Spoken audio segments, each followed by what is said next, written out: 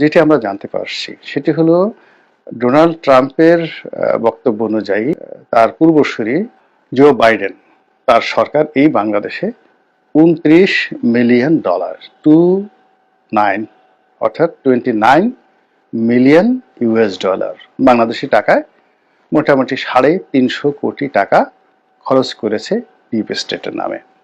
আমেরিকার একটা অর্থ নিয়ে বা ডিপ স্টেট পলিসির আওতায় শেখ হাসিনাকে তারা পরিবর্তন করতে চান তাদের নিজস্ব স্বার্থে। শেখ হাসিনা যখন প্রধানমন্ত্রী ছিলেন তিনি অনেকটা ঠোঁটকাটা স্বভাবের মানুষ ছিলেন, ফলে তিনি খোলামেলা ভাবে সব কথাই তিনি বলে দিতেন যে আমার কাছে এখন সেন্ট মার্টিন চাচ্ছে, আমি যদি সেন্ট মার্টিন দিয়ে দিই তাহলে তারা আমাকে ক্ষমতায় রাখবে, আর সেন্ট মার্টিন না দিলে ক্ষমতায় রাখবে না। ইমরান খানের পতনের পর শেখ হাসিনার পতনের প্রহর তিনি গুনছিলেন এবং ডোনাল্ড লু খুব ঘন ঘন বাংলাদেশে আসছিলেন এবং ডোনাল্ড লু যেই কয়বারই বাংলাদেশে এসেছিলেন সেই কয়বারই বাংলাদেশের রীতিমতো লু হাওয়া বয়ে গিয়েছিল, কম্পন শুরু হয়েছিল রাজনীতির অঙ্গনে এবং তিনি অনেকটা আমেরিকার প্রেসিডেন্ট জো বাইডেনের যে ক্ষমতা সম্পন্ন ব্যক্তি হিসেবে তিনি এসে শেখ হাসিনার একেবারে দক্ষিণ হস্ত মিস্টার সালমান এফ রহমান তার সঙ্গে বৈঠক করেছেন, আমেরিকাতে বৈঠক করেছেন, বাসায় বনানীতে বৈঠক করেছেন, গুলশানে বৈঠক করেছেন, বাসা এবং অফিস দুটোই গুলশানে অবশ্য, বনানীতে নয়, সেখানে বৈঠক করেছেন। এরপর মিস্টার পিটার ডি হাস যেভাবে টেকনাফ থেকে তেঁতুলিয়া পর্যন্ত বাংলাদেশে ঘুরে বেরিয়েছেন এবং দুই হাতে অর্থ ব্যয় করেছেন, সেই রোহিঙ্গাদের মধ্য থেকে শুরু করে রাজনৈতিক দল, বিভিন্ন এনজিও, এরপর বিভিন্ন রকম গবেষণা প্রতিষ্ঠান, তাদেরকে যেভাবে অর্থ দিয়ে টাকা দিয়ে শেখ হাসিনা সরকারের জীবনকে তছনছ করে ছেড়ে দিয়েছে, তখন আমরা আসলে সাধারণ যারা জনগণ আমরা আমেরিকার পক্ষ অবলম্বন করেছি, অনেকেই আমেরিকার পক্ষ অবলম্বন করেছি এবং আমি নিজেও উচ্ছ্বসিত প্রশংসা করেছি মিস্টার ডোনাল্ড লুয়ের এবং মিস্টার পিটার ডি হাসের। কিন্তু তারা যে আমেরিকার একটা অর্থ নিয়ে বা ডিপ স্টেট পলিসির আওতায় শেখ হাসিনাকে তারা পরিবর্তন করতে চান তাদের নিজস্ব স্বার্থে, এটা আমরা বুঝতে পারিনি। ডোনাল্ড ট্রাম্প যদি ক্ষমতায় না আসতেন এবং তিনি যদি এই সকল ডোনাল্ড লু, পিটার ডি হাস এদের বিরুদ্ধে ব্যবস্থা না নিতেন এবং ডিপ স্টেটের যে সকল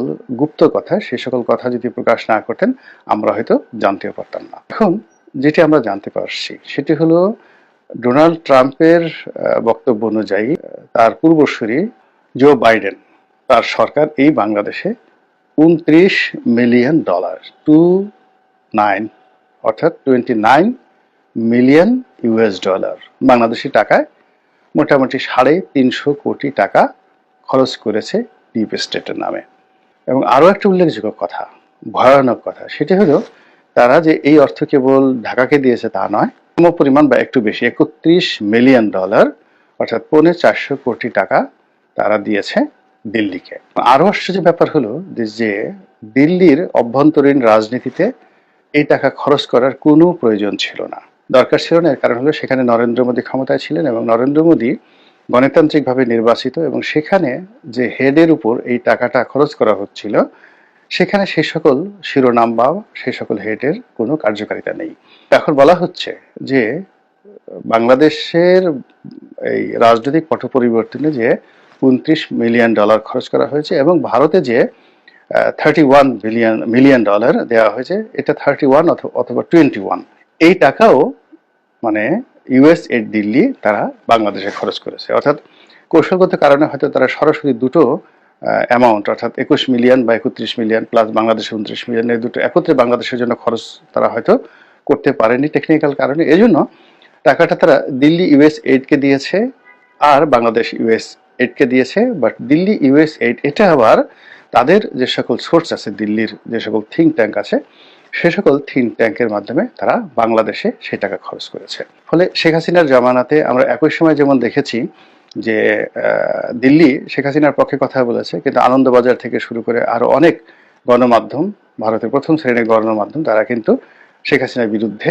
কথা বলেছে এবং দিল্লির অনেক থিঙ্ক ট্যাঙ্ক, অনেক রাজনৈতিক ব্যক্তিবর্গ তারা নিয়মিত বাংলাদেশে আসতো, তারা ঢাকা ক্লাবে বসে বা এখানে বিভিন্ন সভা সমিতি সেমিনার করে অথবা গান বাজনা করে ঢাকা ক্লাবে বিভিন্ন রকম অনুষ্ঠান করে এই সরকার বিরোধী অর্থাৎ শেখ হাসিনা বিরোধী চক্রান্ত তারা চালিয়ে যেত। এই হলো মোটামুটি মার্কিন যুক্তরাষ্ট্রে যে নতুন সরকার বসেছে মিস্টার ডোনাল্ড ট্রাম্পের সরকার, সেই সরকারের কর্মকাণ্ড, কথাবার্তা এবং বাংলাদেশে ডিপ স্টেটের যে কর্মকাণ্ড তা নিয়ে মোটামুটি খবর।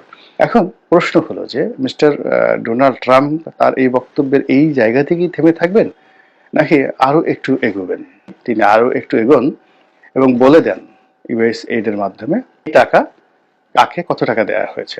যেমন বাংলাদেশে সরাসরি যে 350 কোটি টাকা দেওয়া হয়েছে, বা ভারতের মাধ্যমে যে টাকা বাংলাদেশে এসেছে সেই টাকা মূলত কোন কোন খাতে খরচ হয়েছে, বছর ওয়ারি কোন বছরে কত টাকা খরচ হয়েছে, এবং সেই সকল টাকা কোন কোন প্রতিষ্ঠানে দেওয়া হয়েছে। বিশ্বাস করেন, এই কথা যদি বলে দেওয়া হয়, বাংলাদেশে আবার নতুন আরেকটা গৃহযুদ্ধ হবে, আর একটা ভয়ানক যাকে বলা হয় বিশৃঙ্খলা তৈরি হবে, এবং যে সকল লোক আমেরিকার টাকা খেয়েছে এবং আমেরিকার টাকা নিয়েছে, ডোনাল্ড ট্রাম্প যদি তাদের নাম বলে দেয়, তাহলে যে বুলডোজার 32 নম্বরে গিয়েছে, এরকম অনেক বুলডোজার যারা আমেরিকার টাকা খেয়েছে তাদের বাড়িঘর খুঁজতে থাকবে, এবং জনগণ তাদেরকে পেটানোর জন্য, তাদেরকে মব তৈরি করার জন্য, তাদেরকে একেবারে বুলডোজার দিয়ে পিছিয়ে পড়ার জন্য কিন্তু জনগণ আবার তাদের পিছনে ছুটবে। তো হঠাৎ করে ডোনাল্ড ট্রাম্প এই ধরনের কর্মকাণ্ড কেন করলেন, বা এই ধরনের কর্মকাণ্ড কেন তিনি করতে যাচ্ছেন? এখানে নানা রকম ব্যাখ্যা থাকতে পারে, বিবৃতি থাকতে পারে। প্রথম কারণটা হলো যে মিস্টার জো বাইডেন যে কর্মকাণ্ডই করেছেন তিনি তার বিরুদ্ধ করতে চাচ্ছেন। 2 নম্বর হলো ডিপ স্টেটের মাধ্যমে যে পরিবর্তন ঘটানো হয়েছে, যেটি ডোনাল্ড ট্রাম্প পছন্দ করছেন না। তিনি এখানে তার ভিন্ন কৌশল অবলম্বন করতে চাচ্ছেন এবং তার পছন্দের মানুষকে তিনি এই জায়গাতে সুবিধাজনক অবস্থানে দেখতে চাচ্ছেন। তো ডিপ স্টেটের মাধ্যমে যে টাকাগুলো খরচ হয়েছে তার দৃষ্টিতে এটি অপচয়। যারা নিয়েছে তারা ট্রেইটর, মুনাফিক, দেশদ্রোহী, দেশের বিরুদ্ধে তারা কাজ করেছে। কাজেই এ সকল ট্রেইটর যারা বাংলাদেশে বসে বাংলাদেশের টাকা খেয়ে আমেরিকার স্বার্থ সার্ভ করতে পারে, এই সকল ট্রেইটর যে কোনো মুহূর্তে আমেরিকার বিরুদ্ধে তারা চলে যেতে পারে এনি টাইম। সেটি যদি আরো 6 মাস পরে হয়, 1 বছর পরে হয়, এবং তখন যদি মিস্টার জো বাইডেন বলার চেষ্টা করেন, তখন হয়তো অনেকে বিশ্বাস করবে না। কিন্তু এখন পরিবেশটা এত ঠান্ডা, এত চমৎকার, এবং সেই সকল ট্রেইটর যারা আমেরিকার টাকা খেয়েছেন তারা এখনো চীনের পকেটে ঢুকতে পারেননি, এখনো ভারতের পকেটে ঢুকতে পারেননি, এখনো নিজেদের যে অবস্থান সেটি পাকাপোক্ত করতে পারেননি। কাজেই এই মোক্ষম সময়কে ব্যবহার করে তিনি যদি তাদের নাম, ধাম, ঠিকানা, টাকার পরিমাণ, অর্থের পরিমাণ ইত্যাদি প্রকাশ করে দেন, বিশ্বাস করেন আগস্ট মাসের 5 তারিখে যা কিছু হয়েছে তার চেয়ে মন্দ কিছু হবে বলে আমার কাছে মনে হচ্ছে না।